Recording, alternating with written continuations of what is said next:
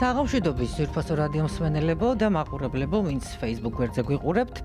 თქვენ უსმენთ რადიო სივრცეს FM 98.5-ზე. მე გახლავართ ეკა ვეფხვაძე და ვიწყებთ ჩვენს გადაცემას. ინაუგურაციიდან მესამე დღე ტრამპის მიერ ხელმოწერილი უკვე ამოქმედებული განკარგულებები და უახლესი გეგმები. როდის დადგება მის დღის წესრიგში საქართველო, ეს არის საინტერესო და უნდა ველოდოთ თუ არა მოკლე დროში რუსეთ-უკრაინის ომის დასრულებას. საქართველო და სომხეთი, რომელ ქვეყანაზე დადებს ფსონს ამერიკის ახლადარჩეული პრეზიდენტი, ვითარებაში, როდესაც საქართველოსთან სტრატეგიული თანამშრომლობა შეჩერებულია, ხოლო ერთი კვირის წინ ბლინკენმა სწორედ ერევანთან გააფორმა იგივე დოკუმენტი. რას უნდა ველოდოთ ამერიკასა, რუსეთის და ამერიკა-ჩინეთის ურთიერთობებიდან ტრამპის პირობებში და რა თქმა უნდა ბრიუსელი, რომელზეც ტრამპმა თქვა, რომ ევროკავშირი ამერიკას ცუდად ექცევა. ამ და სხვა მნიშვნელოვან საშინაო საგარეო თემებზე ვისაუბრებთ დღეს. მიმოვიხილავთ როგორი იქნება მომავალი და ჩვენი სტუმარი იქნება დღეს და ბრძანდება ფსიქოლოგი, პოლიტოლოგი რამაზ საყვარელიძე, რომელსაც მივესალმები. დიდი სიყვარული და გამარჯობა. მონატრებით ხო, ჩვენ შევხვდით ერთმანეთს, მგონი წლის ბოლო იყო და მაშინაც ეს საკითხები განვიხილეთ ბატონოს. პირველ რიგში მადლობა რომ კლავ ჩვენი სტუმარი ბრძანდებით და საკმაოდ საინტერესო იყო მაშინ გადაცემა და ძალიან ბევრი გამოხმაურებები ჰქონდა. სხვათა შორის მინდა ვთქვა რომ მაშინ ვისაუბრობდით 20 იანვარზე და ძალიან ბევრჯერ საუბრობდით ხო 20 იანვარზე და 20 იანვარიც დადგა და დღეს 23 იანვარია და გასაგებია რატომაც ველოდებოდით ამ დღეს და 23 იანვარია და ჩვენ ვერ ავდივართ ყოველ დღე ტრამპის მიერ ხელმოწერილ განკარგულებებს. უკვე სათვალავი აგვერია ამ ადამიანმა მეორე დღესვე დაიწყო მოკლედ ძალიან აქტიურად ამ განკარგულებების ხელის მოწერა. ეხლა რა ისაუბრა ტრამპმა ამ გამოსვლებზე ამ ეთერშიც არაერთხელ ვისაუბრეთ უკვე ამ ორი დღის მანძილზე და ყველამ კარგად ვიცით როგორ იყო მისი გამოსვლა, მაგრამ პირველი რაც მინდა გკითხოთ 23 იანვარია ზოგადად ვამბობდით რომ უნდა შეიცვალოს ბევრი რამე 20 იანვრის შემდეგ ხო ძირთადი აქცენტი ამაზე გქონდა გასაგებია რომ ეს სიმბოლურად ნათქვამი იყო და 20 იანვარი არ გათენდებოდა ეხლა ჩვენს ქვეყანაშიც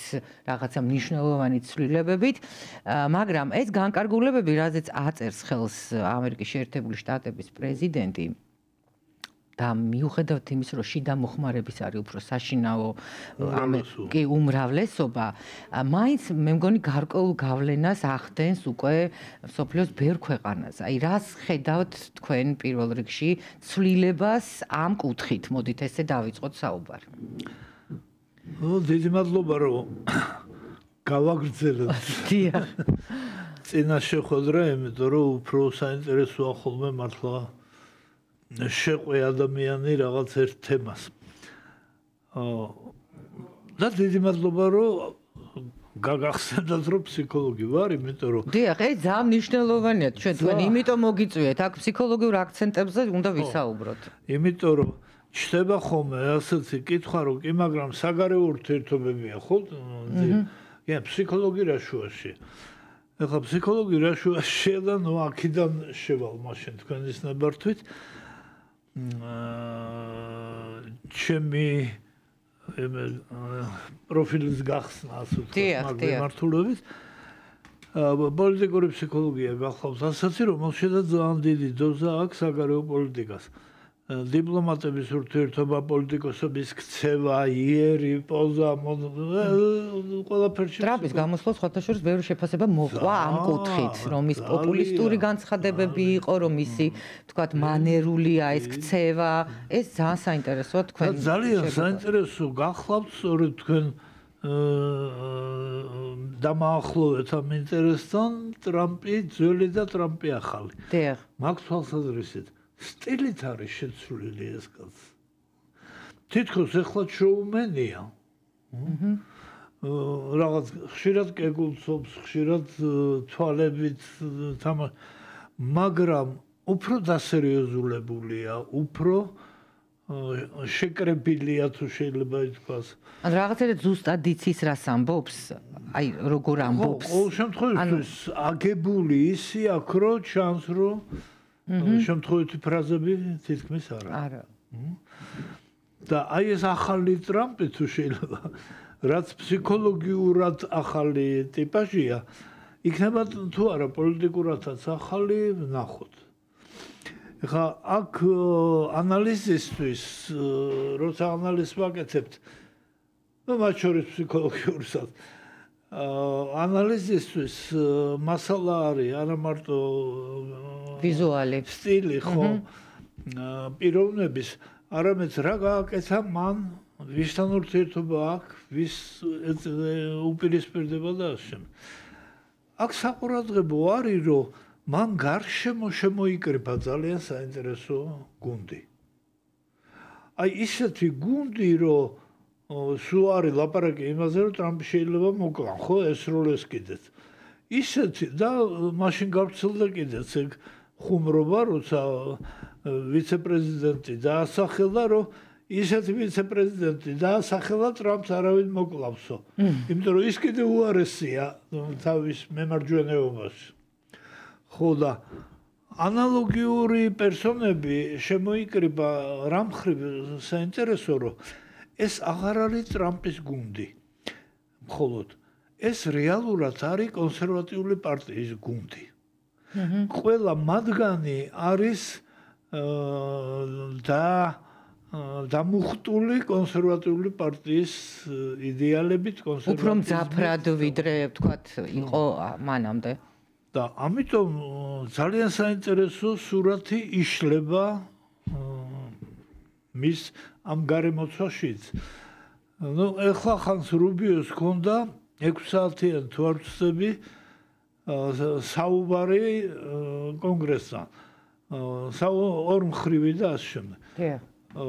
ჯერ ერთი ამხელა დრო რო დაუთმო იქამდე სანამ ტრამპი გამაგრდებოდა, ასე ვთქვათ, თავზე.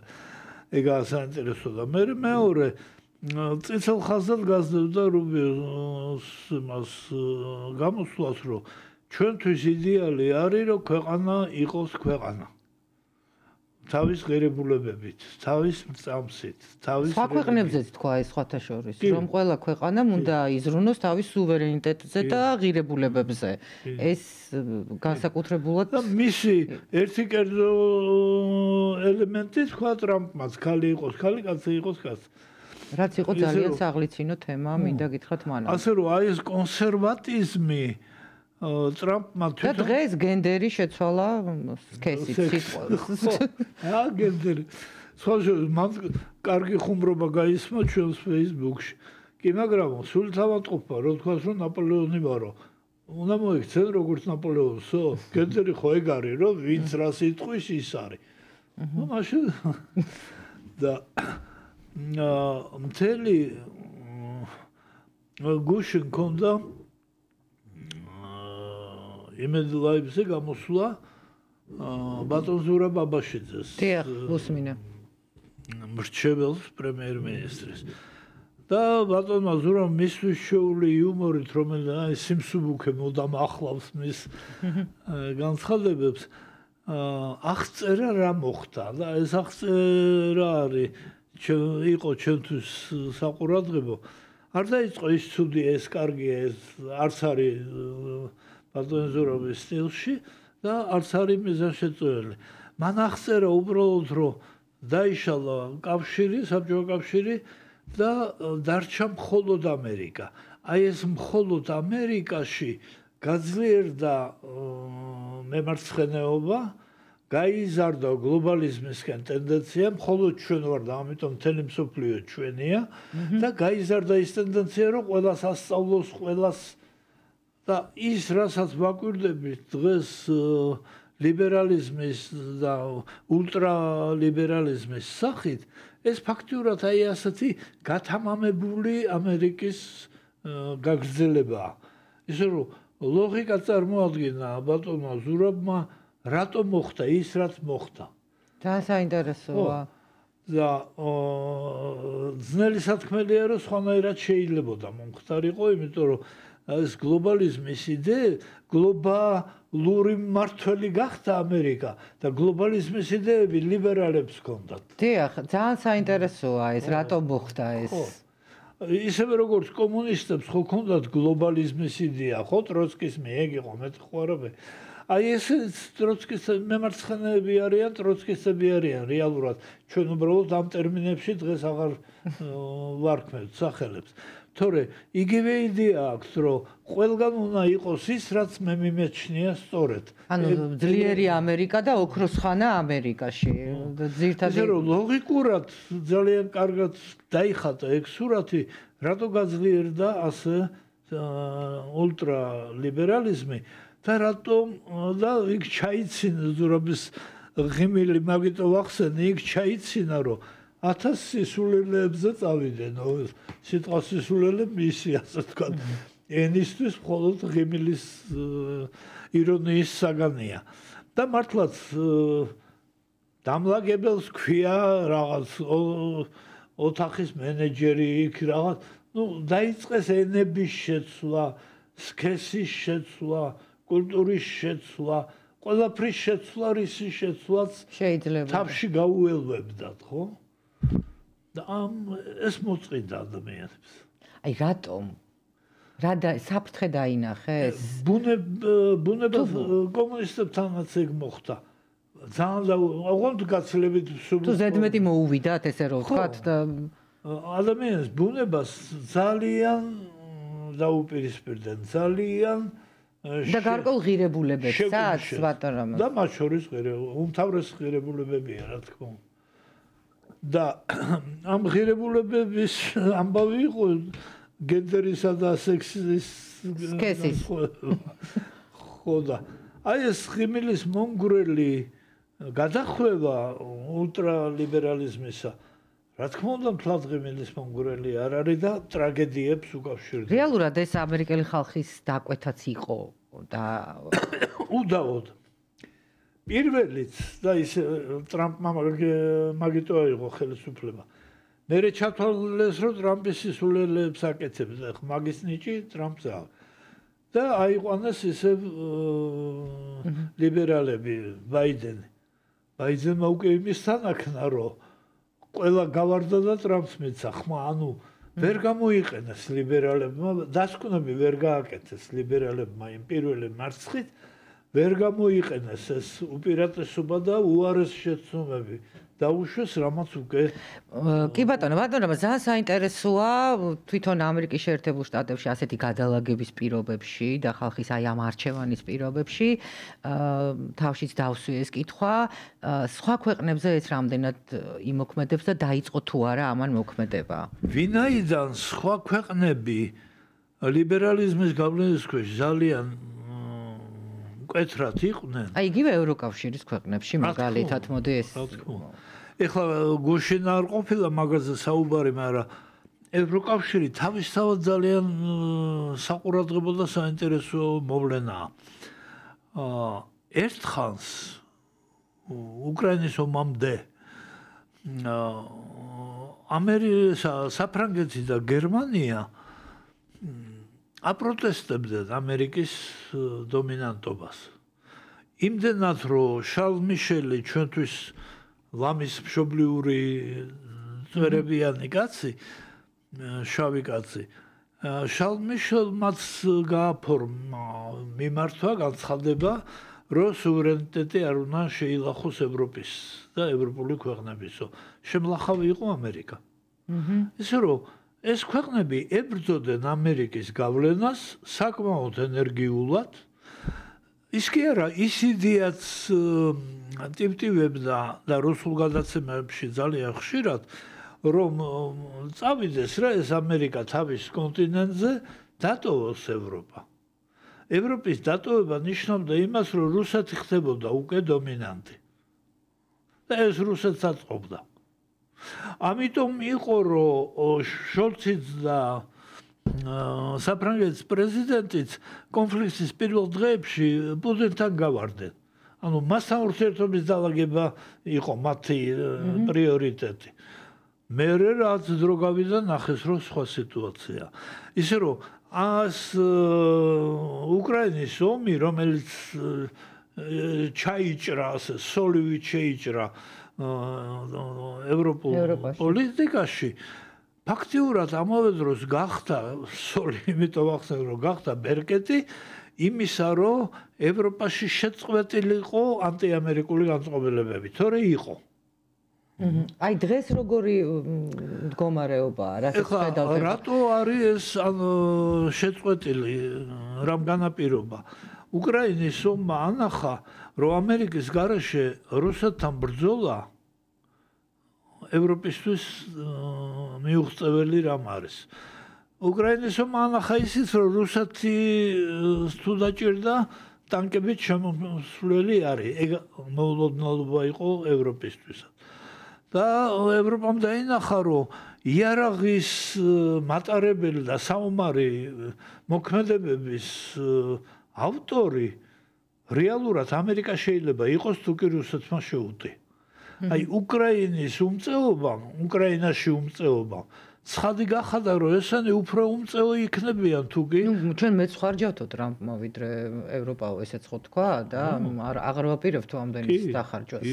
აქ იყო ალბათ კიდევ ერთი წინააღმდეგობა.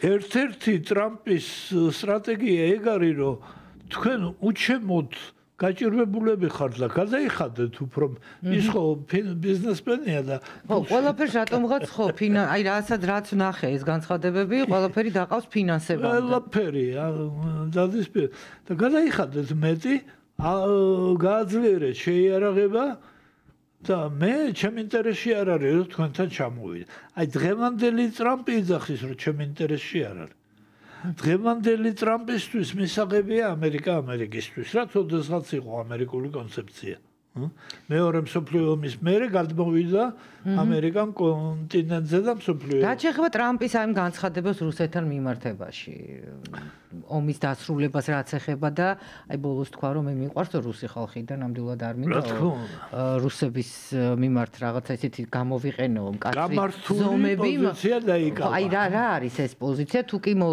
თუ არ შეწყვეტს რუსეთი ომს მე იძულებული ვიქნები რომ ხო ზეწოლა გავაძლიერო ეხლა ომის შეწყვეტა ტრამპისთვის არის თუ შეიძლება სავიზიტო ბარათი იმდენი დაიქადნა რომ დღეს ომი თუ ვერ შეაჩერა ტრამპის ძალიან ბევრი ქულა ნუ თამასა ძალიან მაღლა აქვს აწეული ხო ძირითადად ამ ლოზუნგითაც მოვიდა და ეს იყო ომს დავასრულებ მნიშვნელოვანი მისი მესიჯი მანამდე და არის კიდე მეორე მომენტი გარდა ასეთ გეოპოლიტიკური ჩვენ აქამდე საუბრობდით გეოპოლიტიკურ ჭიდაობებზე კიდე სხვა ჭიდაობაა ჩადებული დღევანდელ პროცესებში რა მარცხენა ხელია ხო არის მარჯვენა აი ლიბერალების გაძლიერება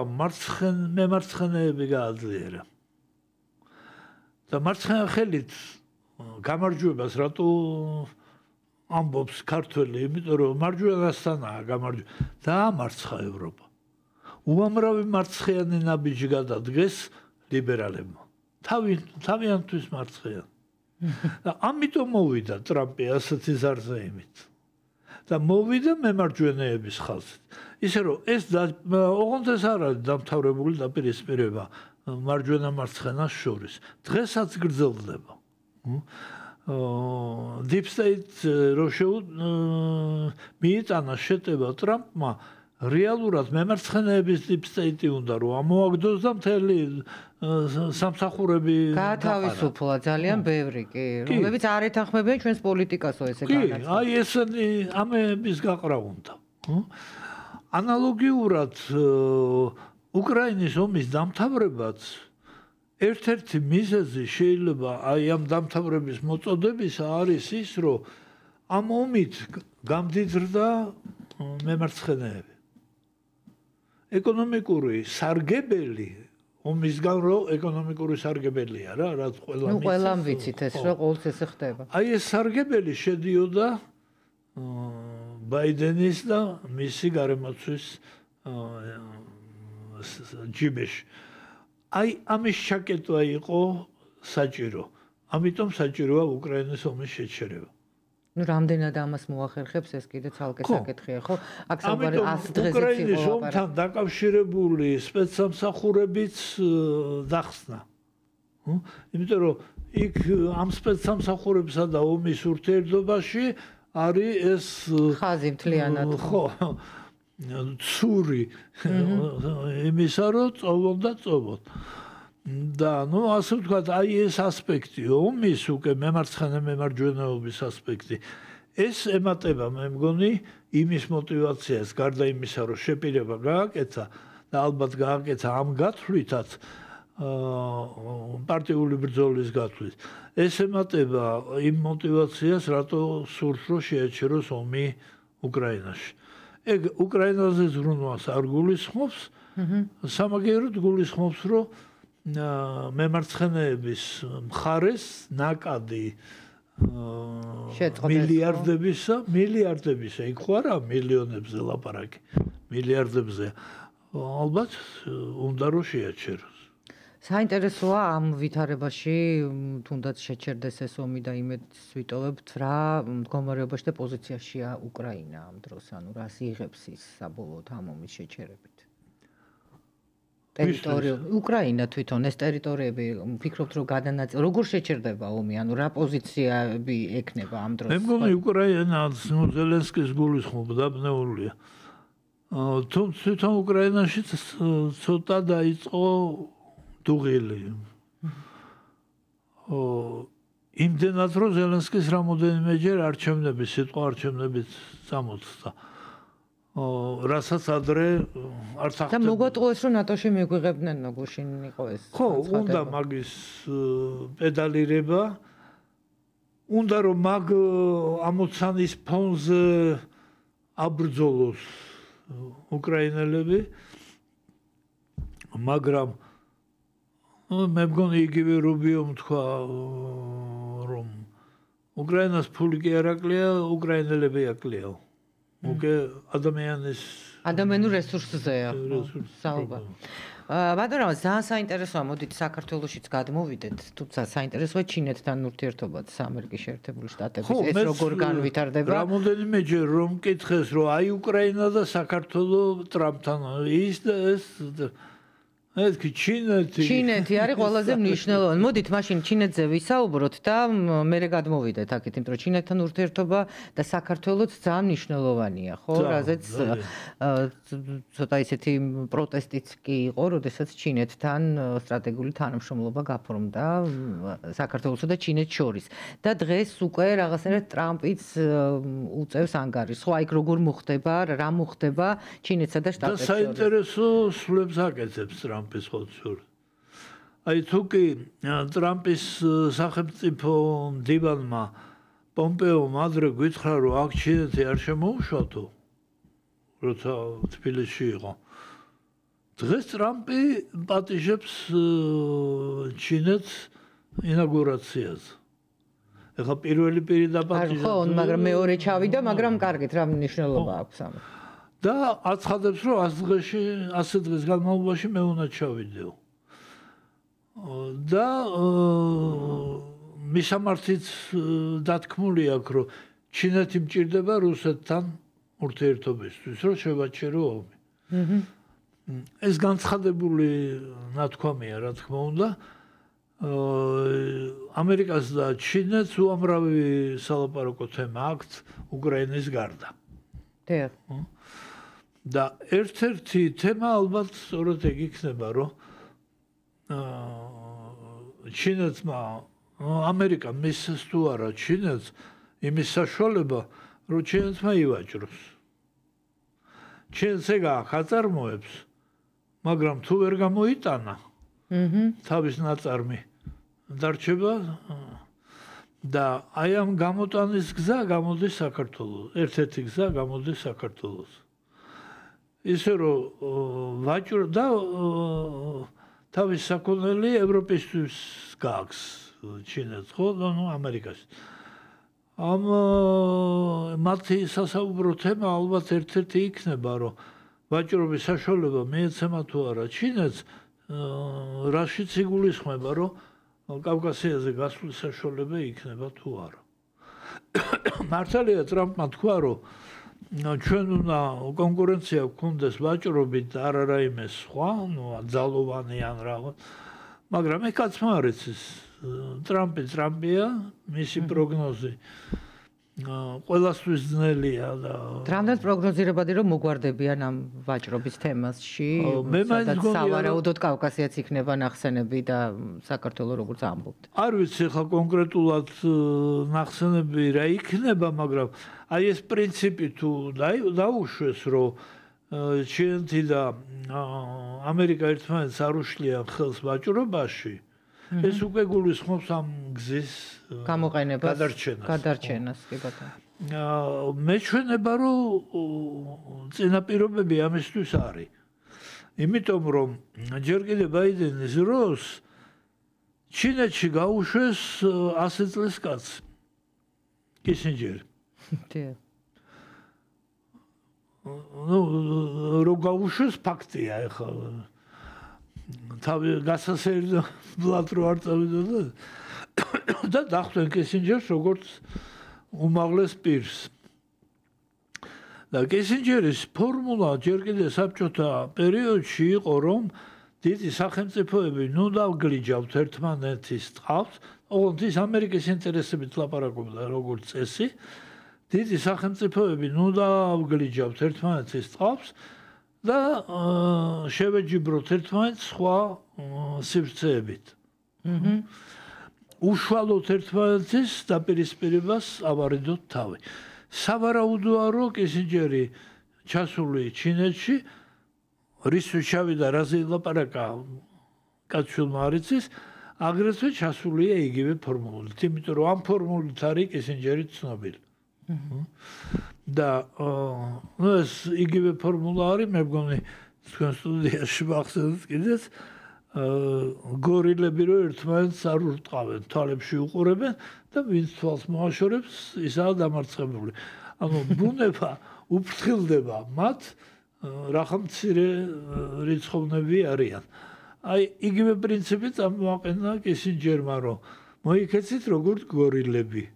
შეხედეთ ერთმანეთს თვალებში და ისე იჭიდავეთ, თორე უშუალო ჭიდაობას მოერიდეთ. ჭიდაობით ხო? არაფერი არ არის სასურველი ყოველ შემთხვევაში და არ გამო. ძალიან საინტერესოა ეგ მომენტიც აი ყველა ამ სიტუაციაში საქართველოს რა როლს იკავებს, ახლა რაზეც საუბრობდით და რამდენად გაცნობიერებული აქვს ქვეყანას ეს და რამდენად მზად არის ამისთვის, რომ შემხვედრი ნაბიჯები გადადგას. ნუ ჩვენ ყვავს ესეთი საქართველოს ერთ ნაწილს ყავს ესეთი ცნობილი ხმაურიანი ლობისტი, როგორც ვილსონია, რომელმაც თქვენი ღიმილი სრულიად დამსახურებულია, რომელმაც ფაქტიურად პირველმა ხაზი გაუსვა ამერიკულ რიტორიკაში იმას, რომ ამერიკა ჩვენ ჩინეთს გვედავება. იქამდე ამერიკელები შეიძახდნენ, რომ რუსეთისკენ გადაუხვიეთ. არ ჩანს ეს რუსეთისკენ რაღაცით ხო უნდა გადაუხვიო ამ რუსეთისკენ. ან ეკონომიკით, ან დიპლომატიური ხო, განცხადებებში სულ ეს ის მოდოდა, მე მგონი დღესაც კეთდება. არ ჩანს არაფერი. აი, ჩინეთისკენ გადახვევა ჩანს. და ეს გადახვევა, ნუ, აი, რომ მოგახსენეთ ტრამპის წარმომადგენელმა რო თქვა, რომ აქ ჩინეთი არ შემოუშვათო, აქედან 2 თვე იყო გასული, მე მგონი, ღარიბაშვილი იყო პრემიერი, თბილისში შემოვიდა ჩინური მატარებელი. დიახ. ეხლა ეს ჩინური მატარებელი ერთ დღეში ხო არ მოვიდოდა აქამდე. მერე იგივე ღარიბაშვილი უკვე მე სხვა დროს რო დაბრუნდა, ჩინეთში წავიდა და სპორტულ ღონისძიებაზე თითქოს, მაგრამ ხელი მოაწერა ემაზე სტრატეგიულ თანამშრომლობაზე. აი ეს ნაბიჯები ჩანს საქართველოს მხრიდან, ჩინური ნაბიჯები. ისე რომ ჩინეთზე რო გაბრაზდნენ ამერიკელები და თან ესენი აკეთა საქართველოს ისე რომ ამერიკა არ გააფრთხილა. ისე რომ ეს შემთხვევითი არ იყო, იცოდა საქართველოს რომ ამერიკის უკმაყოფილება. თუმცა ამას მაშინ მოყვა ჩის განცხადებები სხვათა შორის ამერიკის ელჩის მე მახსოვს. ჩინეთთან ურთიერთობის დროს და ნუ ეხლა ქართული ოპოზიციის განცხადებები ხო გასაგებია გვახსოვს რა აღშფოთებული. ქართულ ოპოზიციას მე რაც მახსენდება ანტიჩინური იყო როგორც ეს. კი, ანტიჩინური იყო, ამას გულისხმობს ზუსტად და მაშინდელი ელჩისაც სხვათა შორის. ხანდახან წევდება ხოლმე სწორედ ინტერვიუებში ჟურნალისტებიდან გულუბრყვილო საკითხი რომ რა გვინდა ამ ჩინეთთან და აქ საკვანძო მე არ გეკითხებით. რა გვინდა ჩინეთთან არ ვსვავ ამ კითხვას. აქ არის ესეთი გორგალი ხო ეს ძნელი გასაχνელი. პირველი და ემან ეკონომისტებმა რამოდენიმეჯერ განიხილეს ეგ საკითხი ლადო პაპავას შელობაში დაიკავა დიდი ადგილი ჩინურმა თემამ და ხაზი გაუსვა რომ ეკონომიკურად ჩვენთვის ძალიან საინტერესოა. მილიარდიანი საქონელი მოდის ხო? დიახ. ანუ ამ სტრატეგიულ თანამშრომლობას გარკვეული შედეგიც მოყვა, ხო? მოდით ეკონომიკურ გულისხმობ რა თქმა უნდა.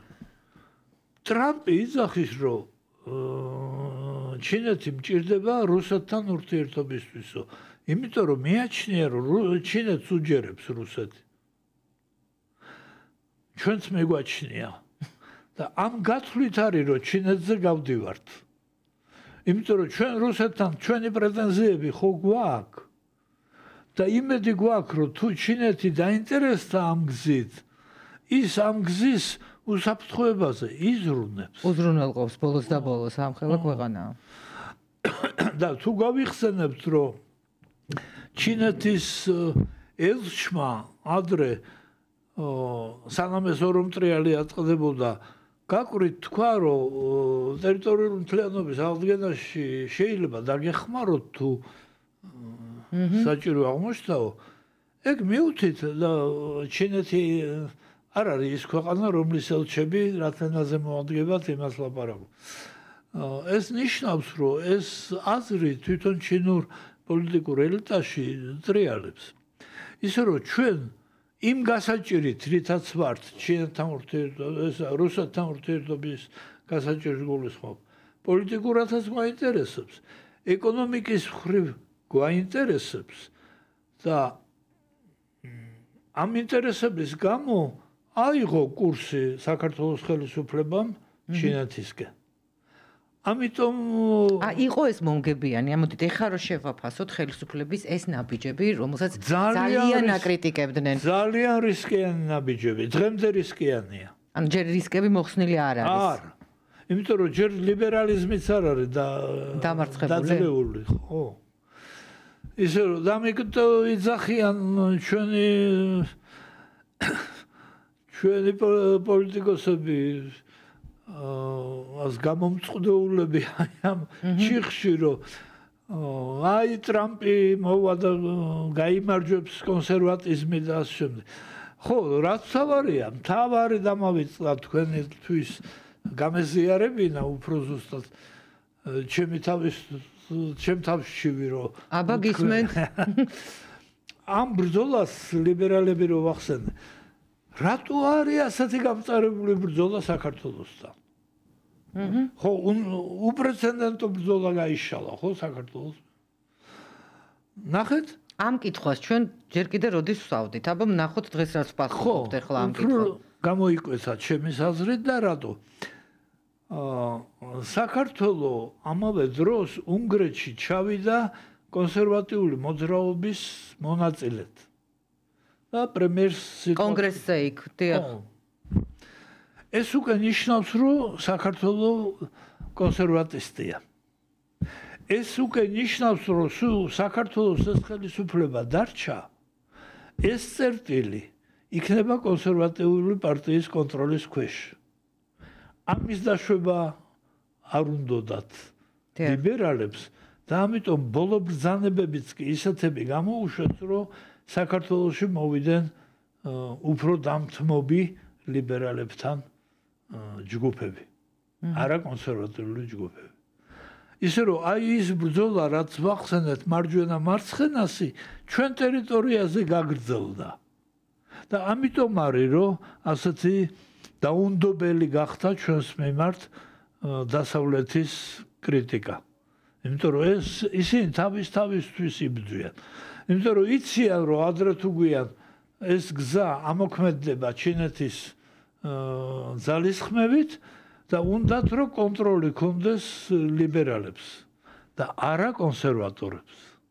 ეს ბრძოლა მოგებული აქვს საქართველოს ჯერ თუ არა? არ ვიცი. ლიბერალებთან. გულისხმობ. არ ვიცი, მაგრამ ის რომ ლიბერალების ფრთა უფრო წარმოდგენილი არის ჩვენ თუ საქართველოში გადმოვлагдებით ოპოზიციონერებით. ეგ ჩვენს პატიმრ ვილსონთანაც ჩანს.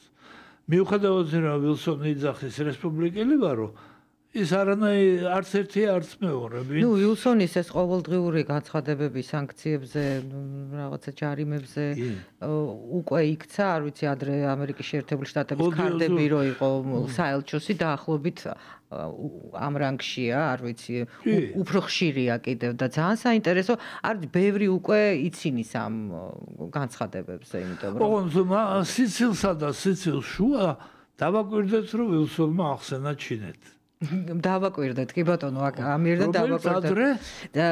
ცოტა დრო გრჩება, ანუ რამაზეც მინდა აუცილებლად კითხოთ სტრატეგიულ თანამშრომლობასთან დაკავშირებით ამერიკის შეერთებულ შტატებთან, რომელიც მან სომხეთთან გააფორმა. რას ნიშნავს ეს და შესაძლებელია თუ არა, რომ ეს თანამშრომლობა აი ამ ახალი ადმინისტრაციის პირობებში თავიდან გაფორმდეს? მოლოდინი არის ამის?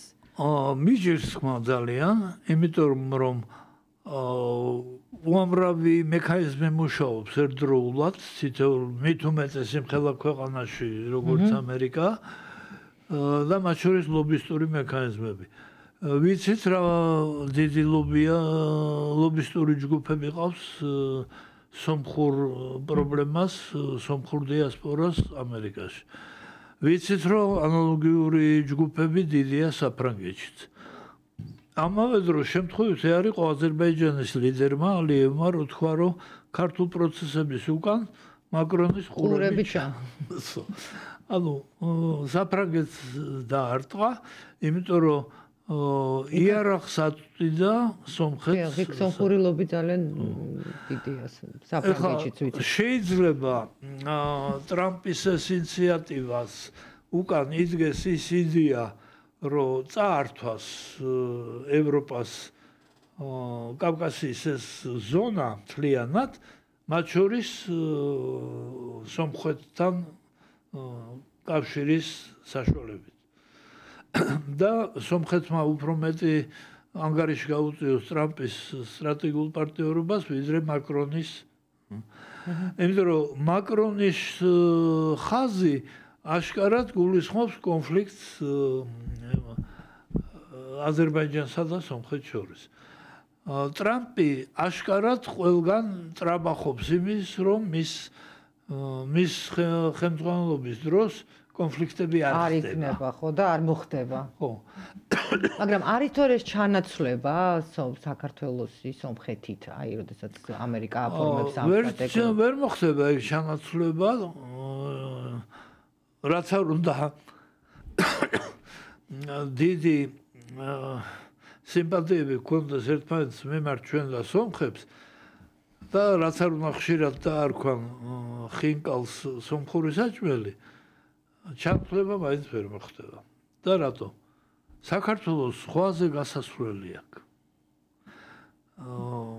ესეთი ისტორიული ან მეტაფორული მნიშვნელობით არ ამბობენ, რომ საქართველო კარიბჭეაო. კარიბჭე არის სწორედ იმიტომ, რომ მისი კარი არის ზღვისკენ. და თუ კი ევროპისკენ გამავალ ხაზს მოუნდება, დაჭირდება ზღვაზე გასვლა საქართველოა, თურქეთში წასვლა საქართველო. სომხეთიდან თურქეთში შესვლა ძალზე საეჭვო. არ აქვს მათის ურთიერთობა. ისე რომ საქართველოს ალტერნატივად ამის დანახვა ძნელია, მაგრამ მეორეს მხრივ თუ კი ვიგულისხმებთ, რომ მაკრონი სადღაც გაუცნობიერებლად ფიქრობს იმაზე სადღაც ჩანს მისი ყურები კიდევ მოდი ესე ვთქვა ფიქრობს იმაზე რომ დააჯახოს ერთმანეთს აზერბაიჯანი და სომხეთი და ამითი სომხეთის ლობი მხარე სომხეთის მხარდაჭერა მიიღო ხმების მხრივ ვამბობ არჩევნებში ისი გასაჭირიც აქვს მაკრონს რეალურად კი ლოგიკა ამაში დევს რომ მას უნდოდეს ხმები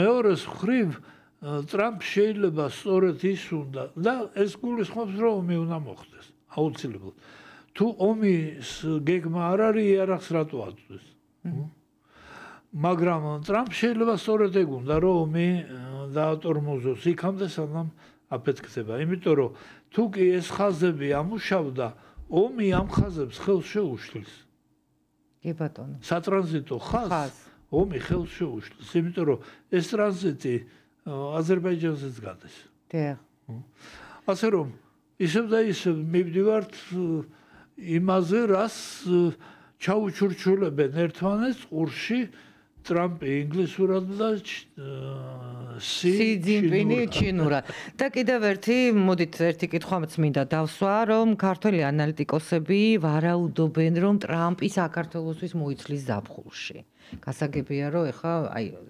საქართველოში შიდა პოლიტიკისთვის ზოგადად ამ რა შეიძლება მოხდეს თქვენც ვარაუდობთ ამას რა მაგალითად ზაფხულში მოიცლის ჩვენთვის და საქართველოს საკითხი თუ მანამდე შეიძლება ვიხილოთ თუ ძალიან რთულია ამის ვარაუდო ვერ ვარაუდობ არა იმიტომ რომ არ მესმის ზაფხული რატო აი ზოგადად საქართველოში მიმდინარე უკვე პროცესების მიმართ დღეს მაგალითად პრემიერმა თქვა რომ მოხარულები ვართო რომ ჩვენი ღირებულებითი რაღაცა თანხვედრა არსებობს ამერიკის პრეზიდენტსა და ჩვენს შორისო და ეს ძალიან მნიშვნელოვანია deep state-ის დამარცხებისთვისო.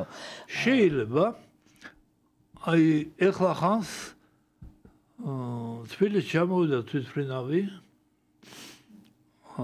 იმ ქალით ტრაბზე რომელზედაც ერთხანს დიდი რია ატყდა კიმბერლი ლოუს გულისხმობთ თუ მე მგონი სწორად ვამბობ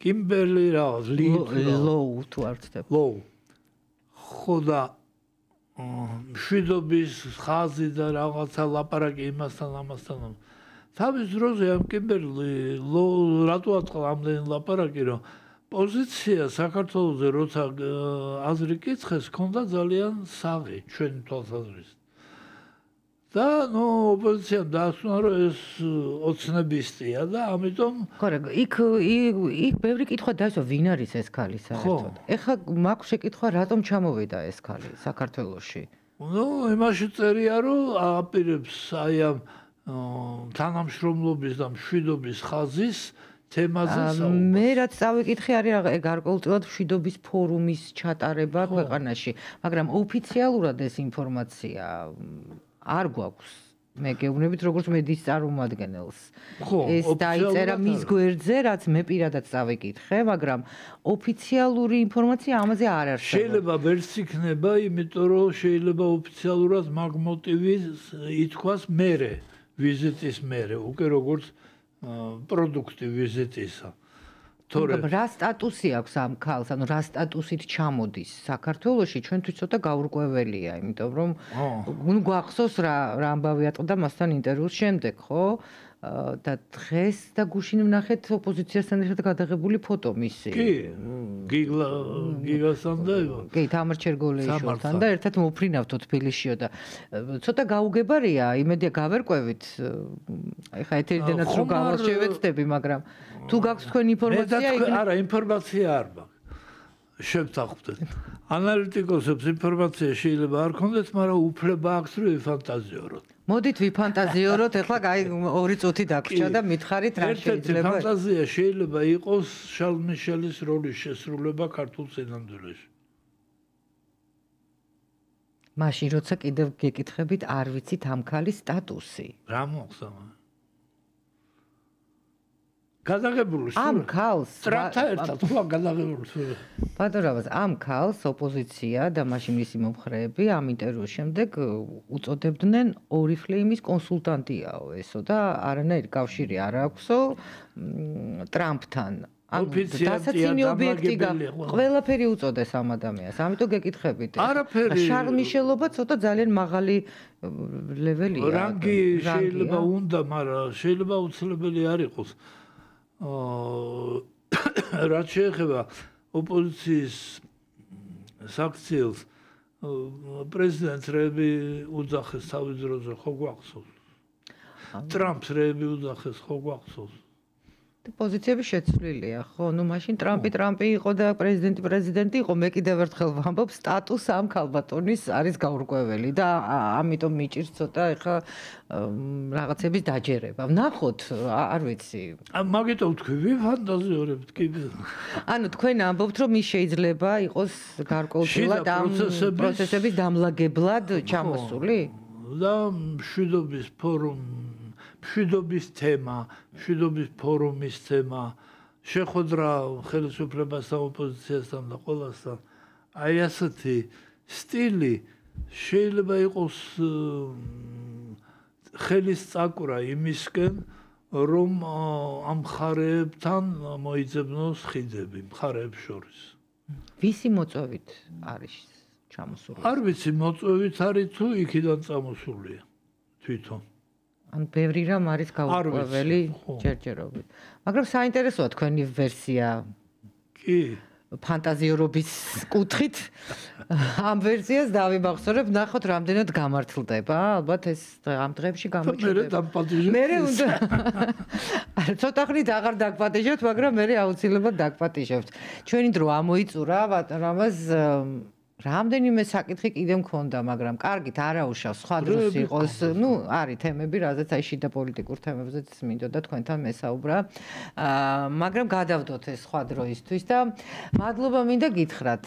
ყოველთვის საინტერესოა თქვენი ანალიზი და თქვენი საუბარი. ბევრი რამ გამართლდა, ამიტომ მიყვარს ხოლმე თქვენთან გამართლდა ნამდვილად და ამიტომ საინტერესოც არის და მიყვარს თქვენთან საუბარი და აუცილებლად იქნებით ჩვენი გაცემის ძალიან ბევრჯერ თუ არა და სხვა გადაცემებში. როგორც ადამიანები და როგორც პროფესიონალები. დიდი მადლობა. რამა საყვარელიძე, ფსიქოლოგი, პოლიტოლოგი საუბრობდა ჩვენთან პირდაპირ ეთერში. შევხვდებით ერთმანეთს მომდევნო ხუთშაბათს ამავე არხზე, ამავე დროს.